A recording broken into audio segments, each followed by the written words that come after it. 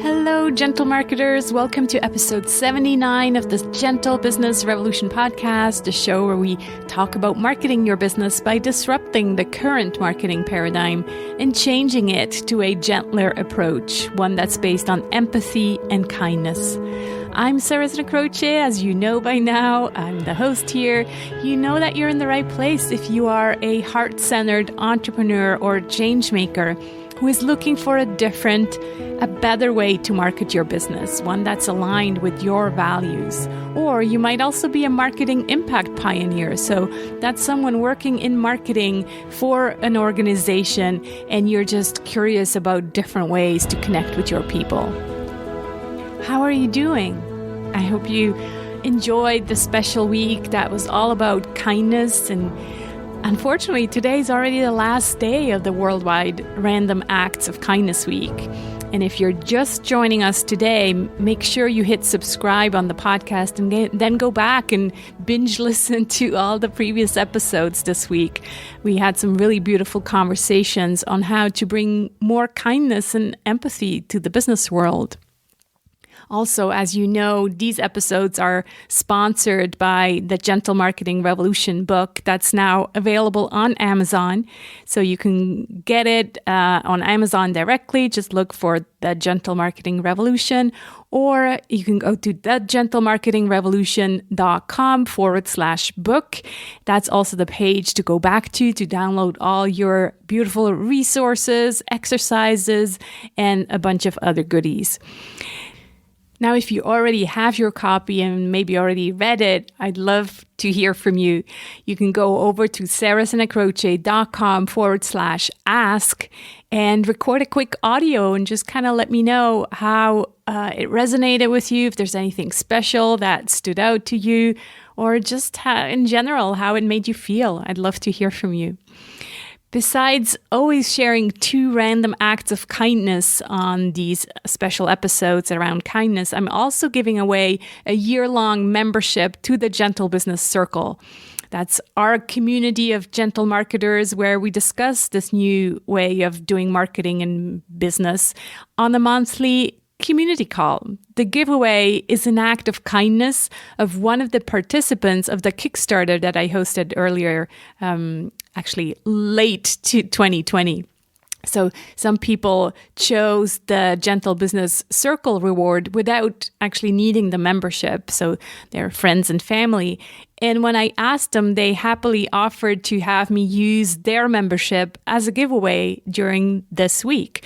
So make sure you listen till the end of this episode to find out how to apply for a free membership for the full year to the Gentle Business Circle. So on today's episode, we focus on kindness and its impact on mental health. For this conversation, I have invited Irene Jade Karthik from the Gentle Project. Irene is the founder of the Gentle Project All About Kindness initiative. The project's objective is to advocate, engage, and amplify the voice of kindness at workplaces and communities. As part of the project, she hosts a podcast which brings stories and perspectives around kindness.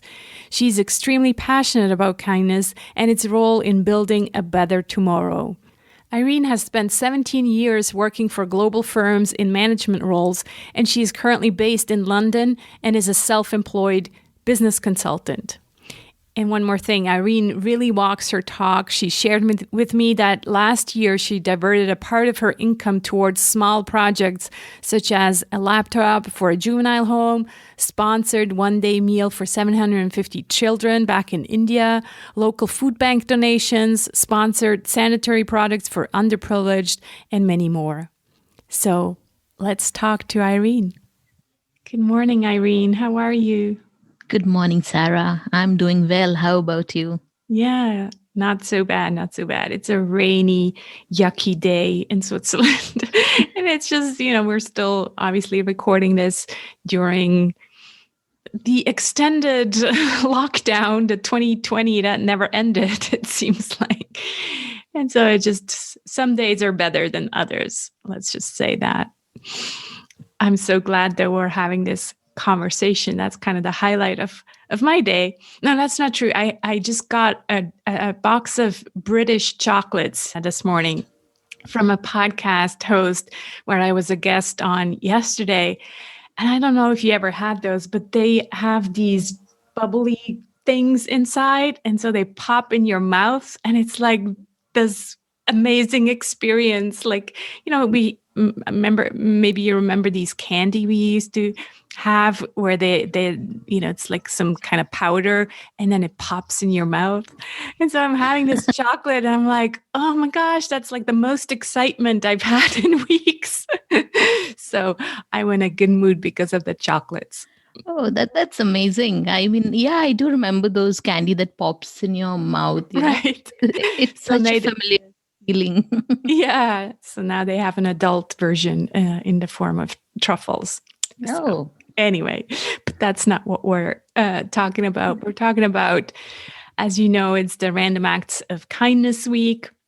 And really, we're talking about kindness and gentleness in business. And you had me on your show called the Gentle Project Initiative. And so I thought, well, that would be a great way to kind of get you on to my show because you're also focusing on gentleness. And so I'd love for you to kind of tell us why you started that Gentle project and how all that came together, what motivated you. sure. I mean, I'm excited to talk about kindness, and I'm so glad that you made time to come on my show and we share the word gentle among us. So, the Gentle Project, all about kindness initiative, it was an idea that it was there in me all along while I was working for a corporate.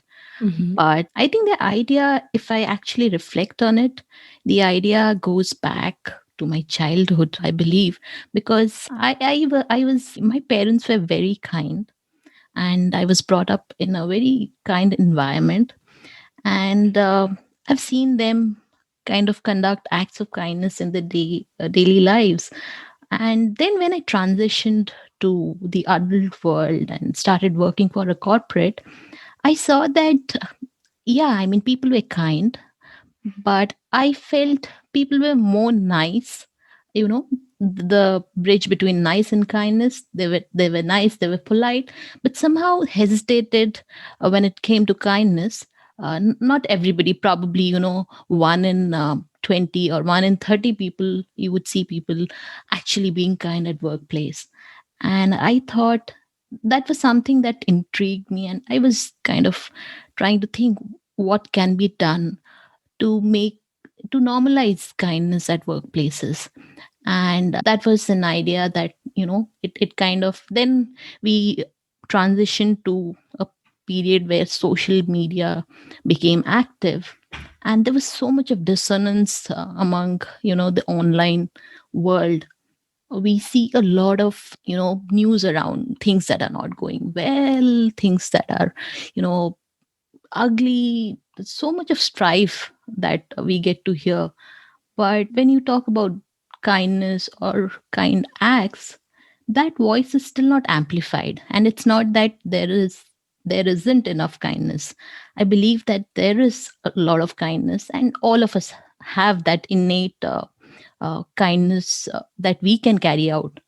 But then I thought this project should amplify the voice of kindness, and that's how it came to being. I love that. And what I wrote down is this idea that to be nice is not the same thing as to be kind.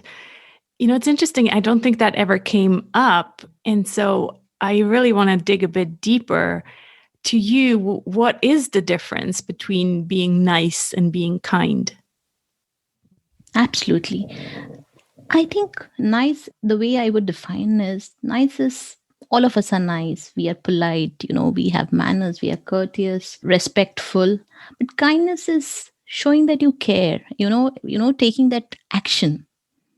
You go one step and you take an action, and it can be a verbal, a non-verbal action, and you carry out a act of kindness, open somebody's, just go and pick up somebody's grocery, an old citizen who's kind of walking the street. That is kindness. But nice is probably, yeah, you would be just polite, and you would not take that effort to go and kind of do your extra bit for somebody. Or even, it can be an animal, it can be, your neighbor, your colleague at workplaces. For example, you see a colleague that probably, needs some rest. The person's not feeling well. You might go walk up to that person and say that, okay, hey, you are not feeling well, are you fine? But you might hesitate to say that, okay, is there something that I can do for you, can I cover for you? That we don't see in everybody. I'm not sure if I answered your question properly, but No, totally. So really what it means, like, to be nice is kind of just reacting in a nice way, where because we've been taught to be polite and answer politely and just be nice, right? Where kindness sounds like the way you're describing it is more of a proactive action.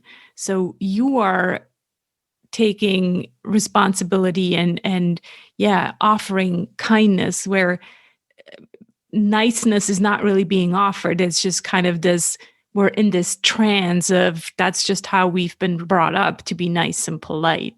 Is that right? yes. And kindness, of course, it has the layer of compassion built in it. Yeah. Without compassion and empathy, probably you will not take an action.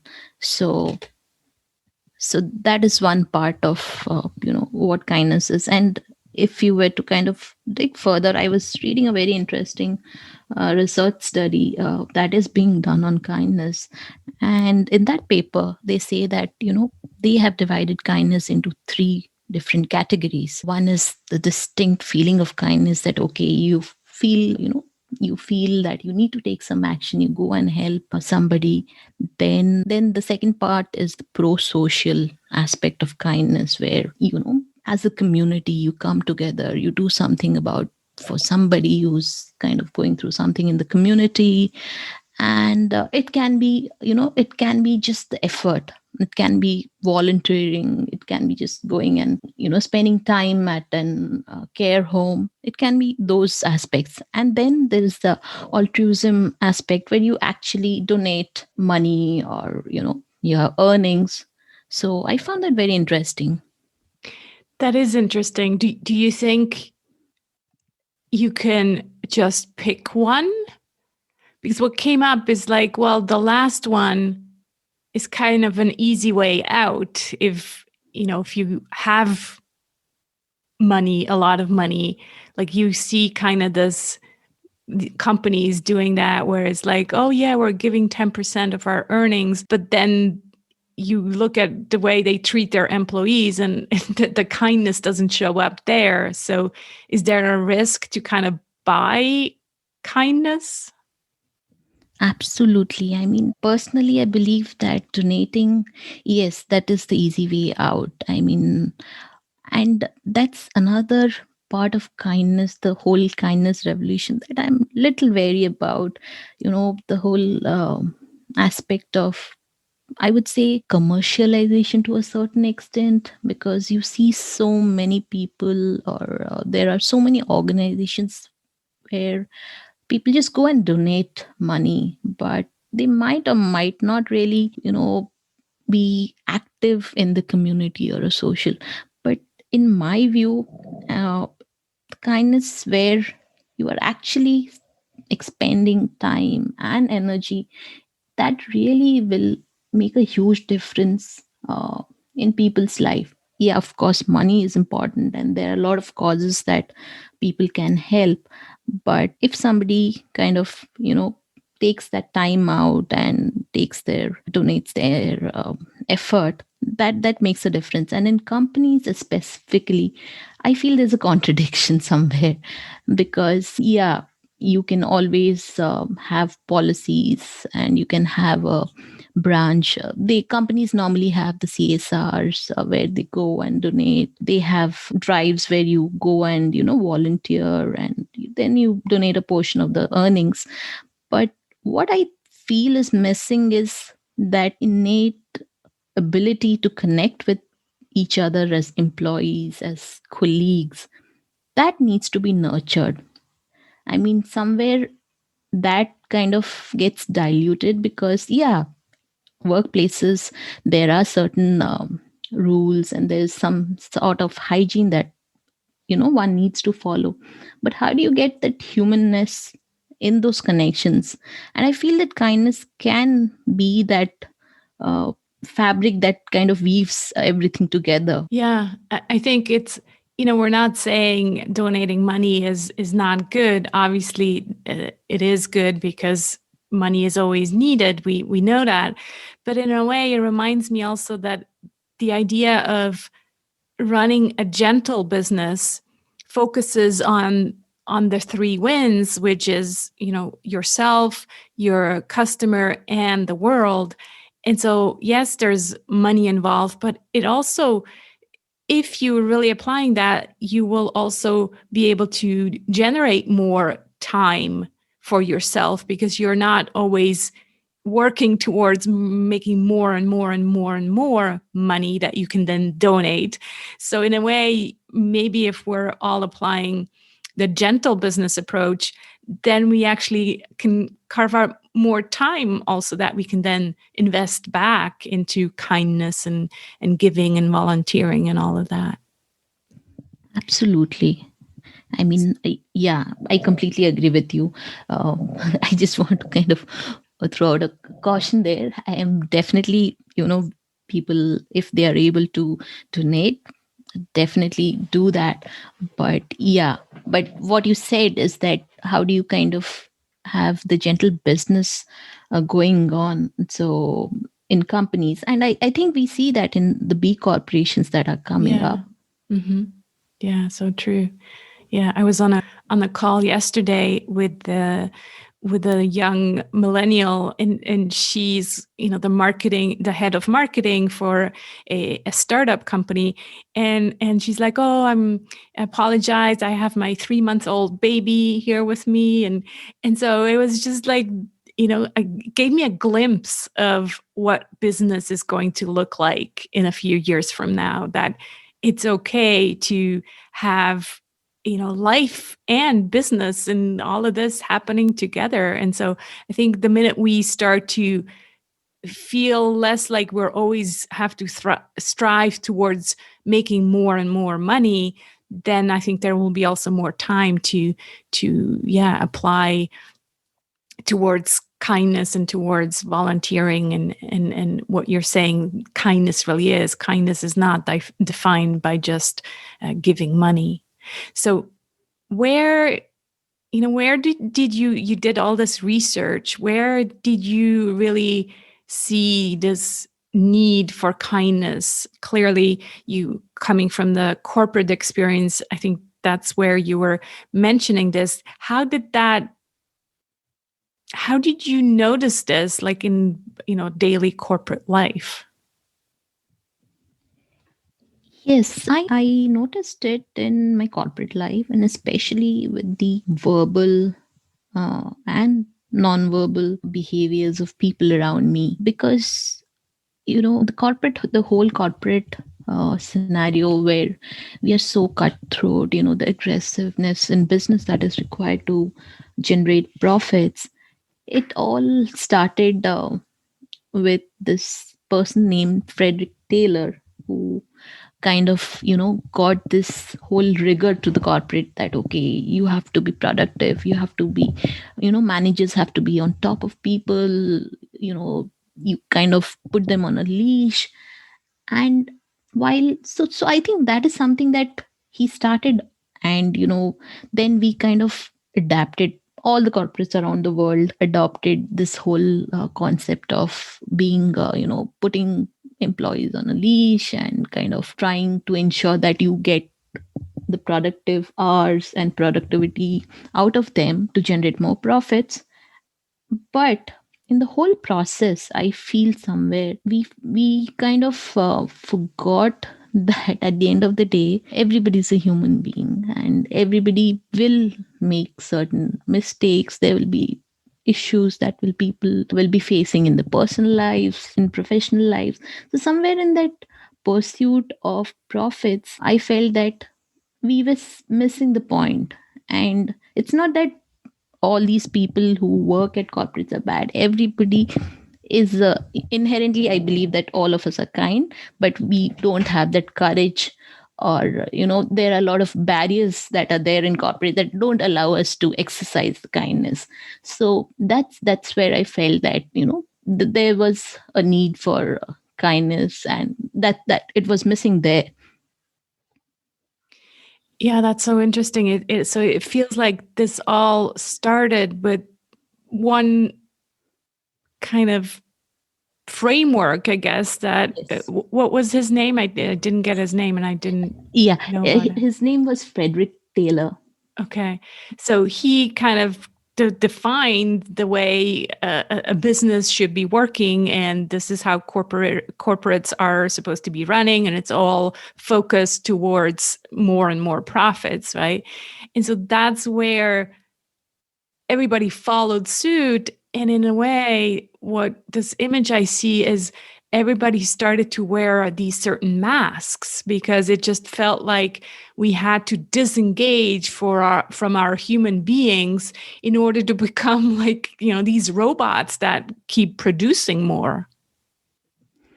Yes, so he was the man. He was the first management scientist, in fact, and we've got good things, from him. The whole framework processes can be attributed to him. But yes, in that whole process, somewhere we wear masks, and I think that is slowly starting to change. We have a lot of agenda, like the World Economic Forum agenda, which is focused on making better workplaces, improving the employee experiences.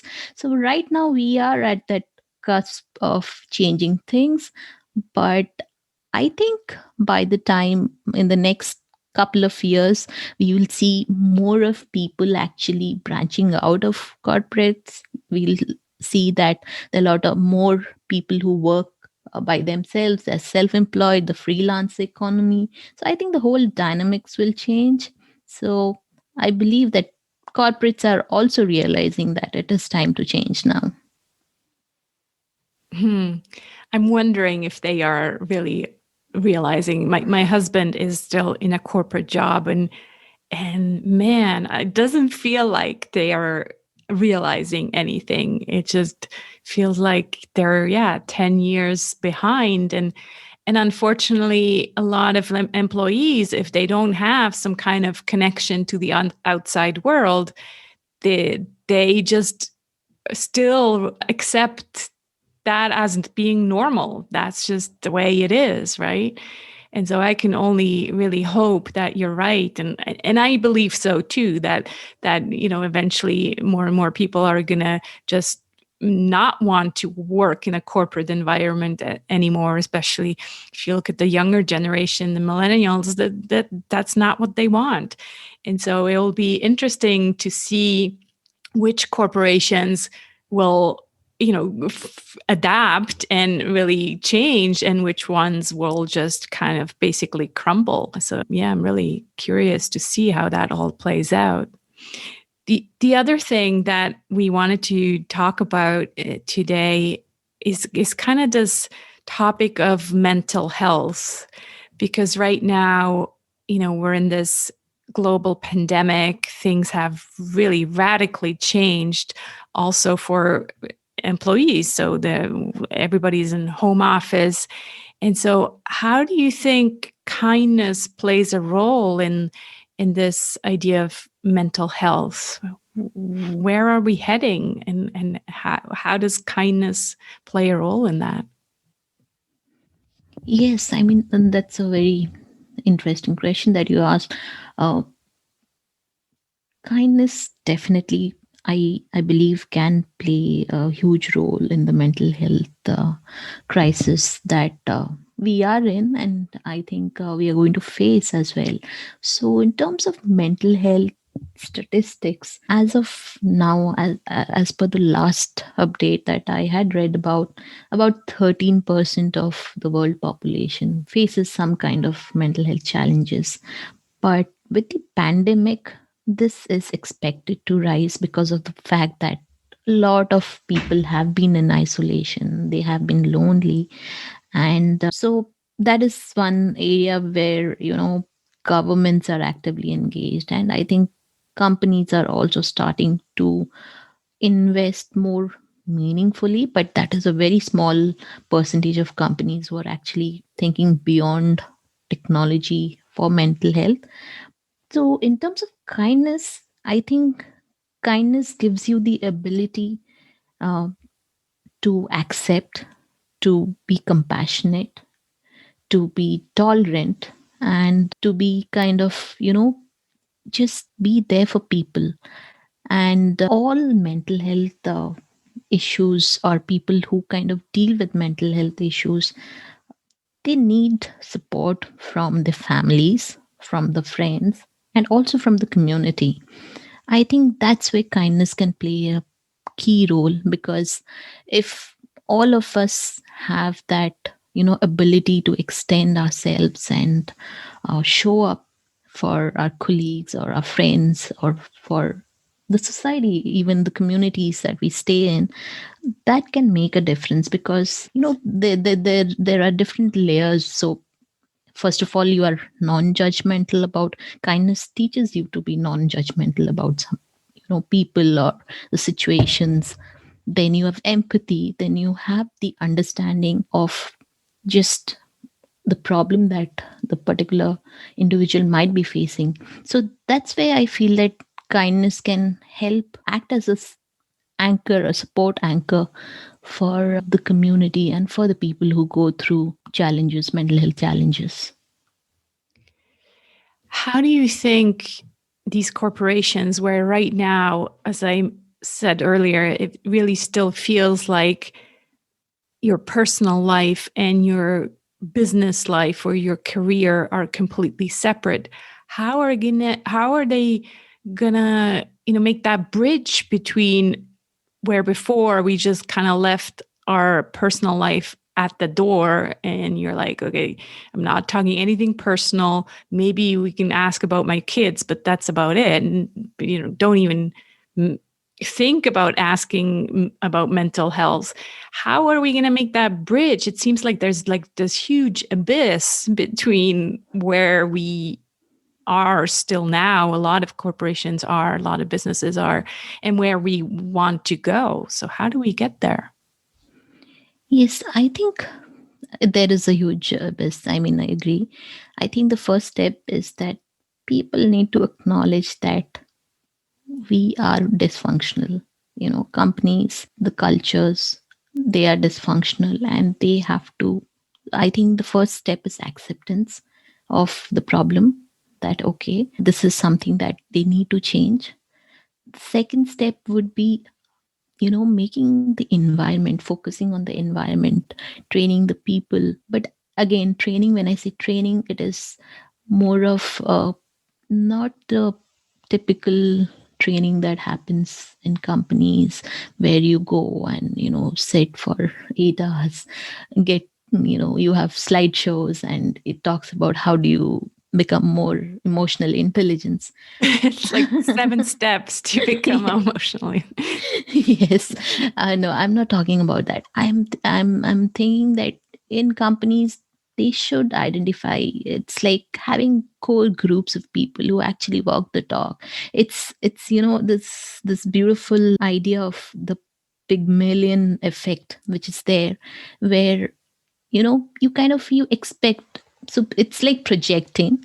You project that you know people are going to be kind, and that's what managers need to do. They, first of all, they need to walk the talk, as well as they should kind of exude that confidence that, okay, my team is going to be, it's a kind team, and they just enable that environment. So there have to be pockets of these change that happen in companies, and that kind of it can spread. And that's how cultures can be kind of tweaked, because at the end of the day, we as human beings, we are very good at mirroring. So if a company invests deeply into identifying the change agents, people who can actually walk the talk, and also enabling through policies, through ensuring that there is flexibility, because right now we most of the people are working from home, there will be multiple demands. Giving that flexibility to people to kind of manage their work along with their home chores, and also having that understanding, okay, hey, the world is not going to end if there's something that doesn't get delivered in 1 hour. Give that liberty and that extension to people to just be themselves and to accept what is going on. And as we are going to change, the policies of companies also will need to be tweaked, because most of the companies have very standard policies that, okay, if this is not working, this is what you need to do. So there is that element of humanness that has to come into policy, because not everything cannot be fixed, or you cannot follow everything to the rule. It sounds very much to me like it's going to be a bottom up kind of change. So, meaning it's the people who bring in the change, and then the change works its way up to the leadership and then the policies, right? Where before, the policies were first, kind of the system, the process was the main thing, and then it was applied to everybody from top to bottom level. So it feels like right now we're saying, yes, some leaders obviously, but they don't have to be like the big CEOs. They can be like group leaders, or in my book I talk about the marketing impact pioneers. So these are CMOs, marketing directors or leaders who feel that there needs to be a different way to market, and they will then bring in this change. And it feels like the same is true for kindness. The same is true for, a different way of leading teams and addressing mental health. So this will come in from, not from the top, because maybe, or in some companies, maybe the leader, the CEO is open to this, but it will definitely come in from the people and not from the policies first, right? Yes, I mean, that is that is one thing that I've noticed during my working life, that a lot of times when we are trying to drive change from the top down approach, yes, of course, leaders will have to kind of live up to the values and walk the talk.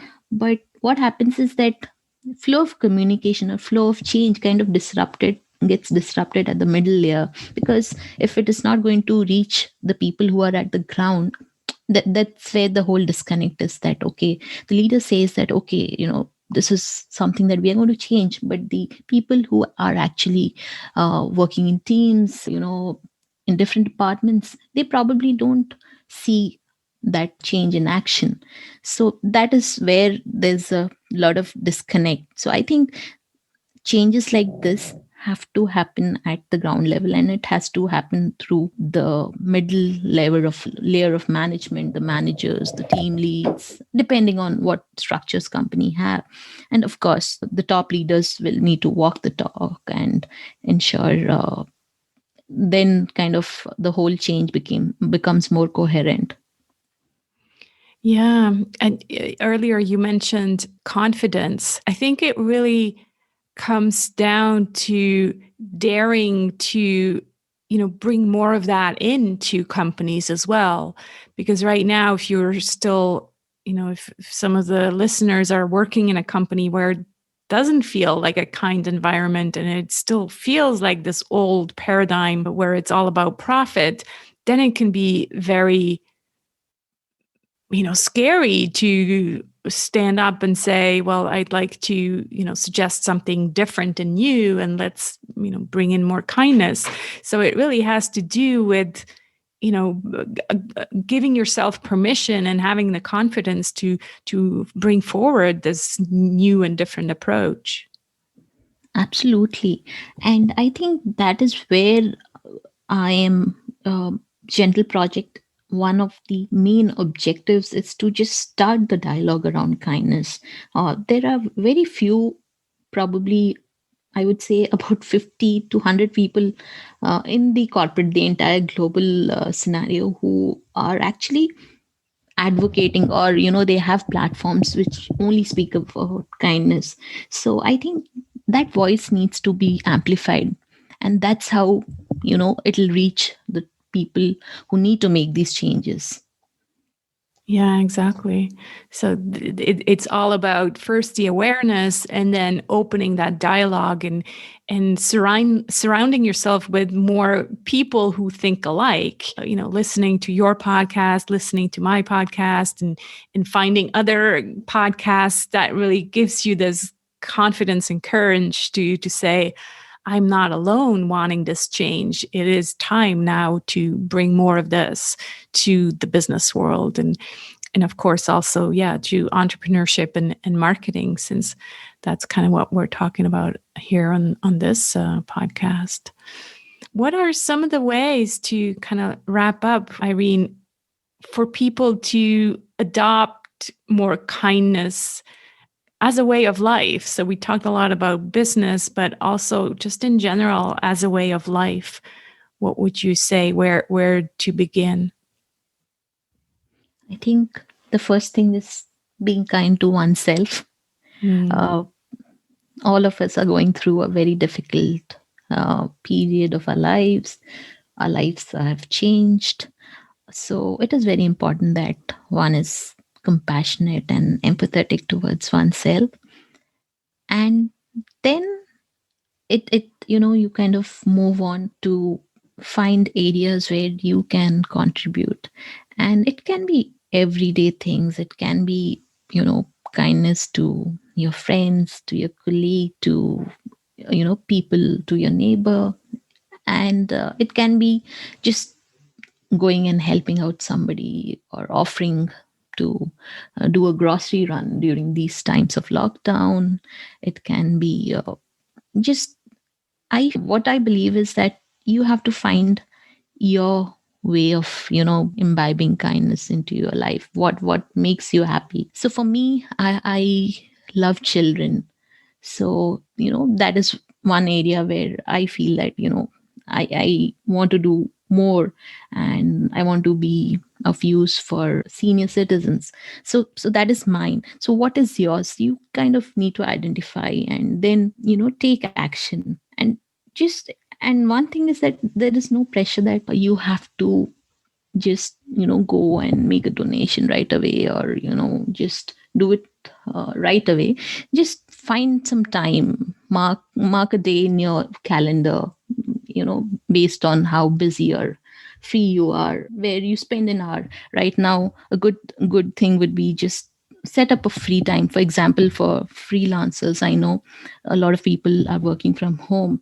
So find these communities where you offer your 1 hour in a week, where people can reach out to you and you have a conversation, because everybody needs somebody to kind of listen in, and it's your way of connecting.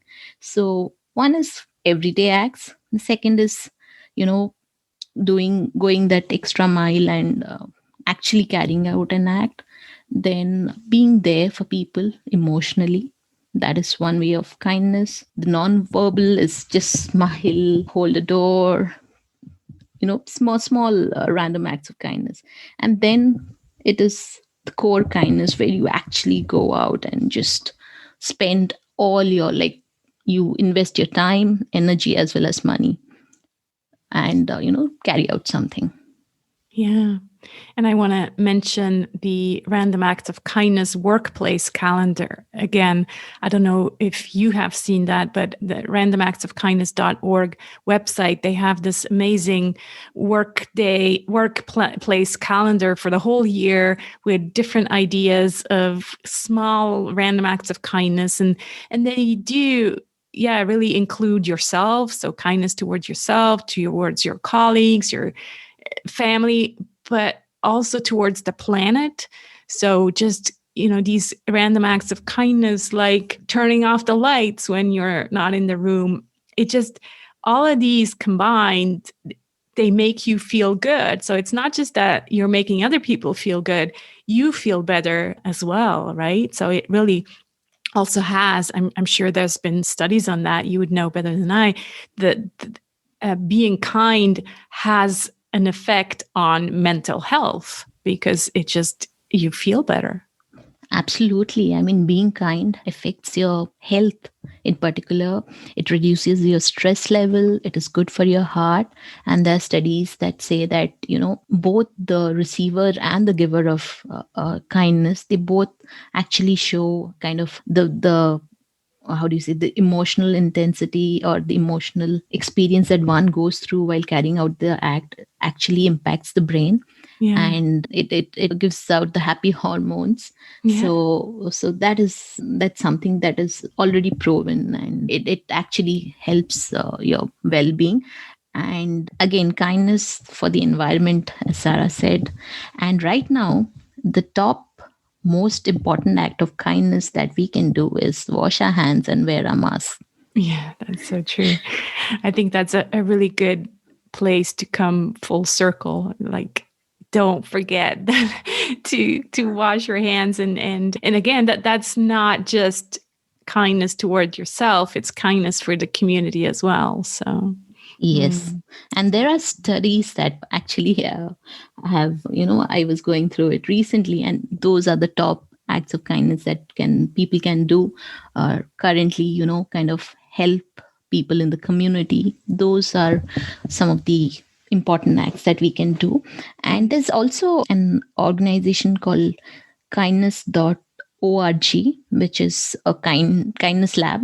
And they also have a community where actually you can register and be a part of the whole movement along excellent. with random acts. Yeah, I'll put the link in the show notes for that as well. And I also want you to share where people can connect with you and where they find the Gentle Project. I'm available on LinkedIn, and the Gentle Project, we have a website. It is called thegentleproject.io. And we also have the podcast where I'm working on the season 3 that is going to come out next week. And I have an Instagram handle, but I'm quite bad at that. But the website and LinkedIn is a good place to reach. Wonderful. Thanks so much for having this wonderful conversation with me, Irene. It's been an absolute delight. Thanks for coming on. Thank you, Sarah. It was a delight to be here. Yes, mental health will be a big theme as we come out of this global pandemic. I really think so. So be kind to yourself and be kind to others. And of course, reach out to professional help when needed. Check out Irene's website, thegentleproject.io, and her podcast is The Gentle Project. You'll also find all the links at sarahsenacroce.com/GBR79. 3 more things before you leave. I mentioned it several times. This episode and all the others during this week are sponsored by the Gentle Marketing Revolution book that's officially been released on Wednesday on the International Random Acts of Kindness Day. If anything you heard this week or really during these past 1.5 years resonates with you, I'd love for you to get the book over at Amazon.com or at thegentlemarketingrevolution.com/book. Also, every day this week, I'm sharing 2 random acts of kindness ideas that you could try out. They are from the randomactsofkindness.org workplace calendar, which you find on the randomactsofkindness.org website. It's a month-by-month calendar with daily inspirations to be more kind in the workplace. So, also meaning in business, right? So, today's random acts of kindness are, first, use today to do something relaxing. And second, tackle a challenge that has kept you procrastinating for too long. Finally, in order to apply for the free year-long Gentle Business Circle membership, please leave me a voice message at sarahzenacroce.com/ask and tell me why you'd like to join the circle and why you'd like to be considered. I'm giving away 1 free membership each day, and the first message I'll get wins. Don't forget to leave me your name and email so I can contact you.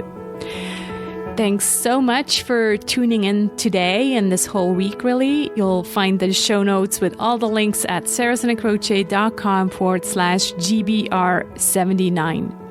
Next week, I'm taking a break, giving you some time to catch up with all the episodes of this week, if you haven't heard them yet.